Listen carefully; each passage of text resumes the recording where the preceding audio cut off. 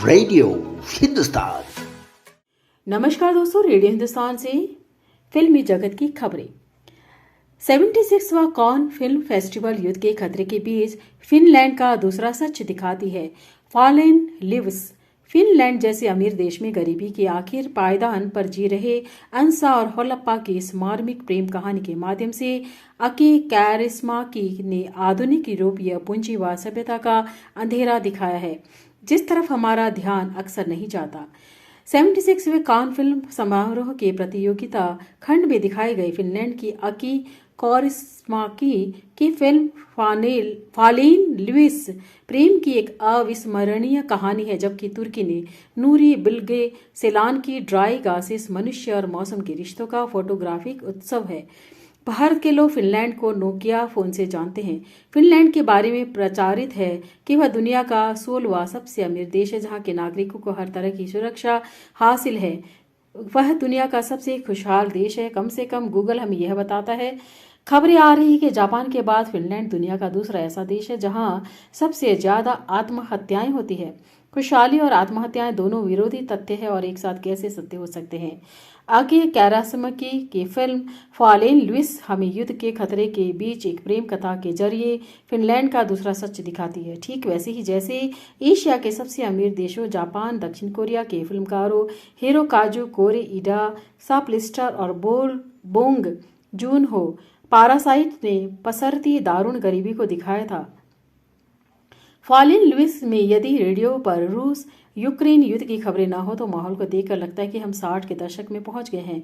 हालांकि इसी 4 अप्रैल 2023 को फिनलैंड रूस के विरोध के बावजूद नाटो का सदस्य बन गया। यह भी सही है कि नाटो के दूसरे सदस्य देशों जर्मनी, फ्रांस, इंग्लैंड या अमेरिका की तुलना में फिनलैंड पर युद्ध का खतरा ज्यादा है, क्योंकि उसकी सीमाएं रूस से लगती है। अंसा एक डिपार्टमेंटल स्टोर में काम करती है।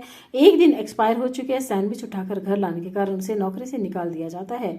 वह एक बार में काम करने लगती है। एक रात काम खत्म करने के बाद ट्राम स्टेशन पर उसे नशे में धुत एक आदमी मिलता है जो इतनी शराब पी चुका होता है कि हिलडुल भी नहीं पाता। उसका नाम होलप्पा है।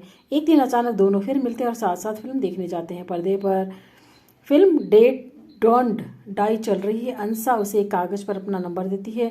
उसके जाने के बाद जेब से शराब की बोतल निकालते हुए कागज नीचे गिर जाता है जिस पर अंसा का फोन नंबर लिखा है।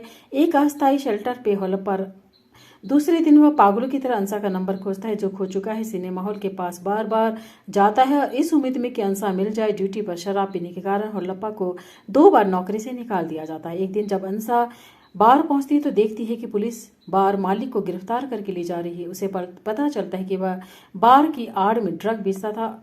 अब वह कंस्ट्रक्शन कंपनी में मजदूरी करने लगती है और एक दिन अचानक अंसा और होलप्पा दोबारा मिल जाते हैं।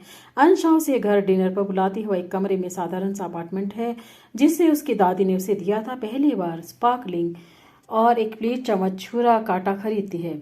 शायद जिंदगी में पहली बार उसके घर कोई मेहमान आने वाला था। डिनर के वक्त होलप्पा एक ही घूंट में वाइन का ग्लास खत्म कर देता है।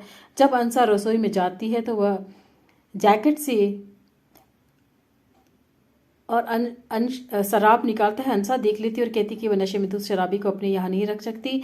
दिन बीतते हैं, दोनों एक दूसरे के तड़पते हैं। प्रेम तो घटित हो चुका था। एक सुबह होलप्पा थैली से शराब की सारी बोतलें निकाल कर बाहर फेंक देता है और अंशा को फोन करता है कि उसने शराब छोड़ दी और उससे मिलना चाहता है। उसके पास ढंग के कपड़े भी नहीं है। दोस्त से कपड़े उधार लेकर वह अंशा से मिलने निकलता है और एक तेज रफ्तार गाड़ी की चपेट में आ जाता है। अब वह अस्पताल में कोमा में है। कुछ दिन बाद अंशा को पता चलता है तो वह अस्पताल जाती है। डॉक्टर कहती है कि वो होलप्पा को पढ़कर कुछ सुनाए तो शायद वह होश में आ जाए। धीरे धीरे वह ठीक होने लगता है और एक नर्स उसे अपने पूर्व पति के कपड़े लाकर देती है। अंतिम दृश्य में हम बैसाखी के सारे होलप्पा को अंशा के साथ विशाल मैदान में गुजरते हुए देखते हैं। फिनलैंड जैसे अमीर देश में गरीबी के आखिरी पायदान पर जी रहे अंशा होलप्पा की इस मार्मिक प्रेम कहानी के माध्यम से अकी कौरस्मिका की आधुनिक यूरोपीय पूंजीवाद सभ्यता का अंधेरा दिखाया है, जिस तरफ हमारा ध्यान अक्सर नहीं जाता है। कैमरा बार बार फिनलैंड की राजधानी हेलसिंकी की चमक दमक से अलग अलग तनछट की दूसर जिंदगी को फोकस करता है। अंसा होलप्पा दुनिया भर के बेघर, लाचार, बेरोजगार मानवता के प्रतीक है जिनके आसपास अश्लील अमीरी की चकाचौंध बढ़ती जा रही है। इस सुखांत प्रेम कथा के पीछे कोई कहानी सचमुच हृदय विदारक है। तो इसी के साथ बने रहेगा रेडियो हिंदुस्तान में और करते रहेगा अपना काम, लेते रहेगा श्री राम का नाम। धन्यवाद। रेडियो हिंदुस्तान।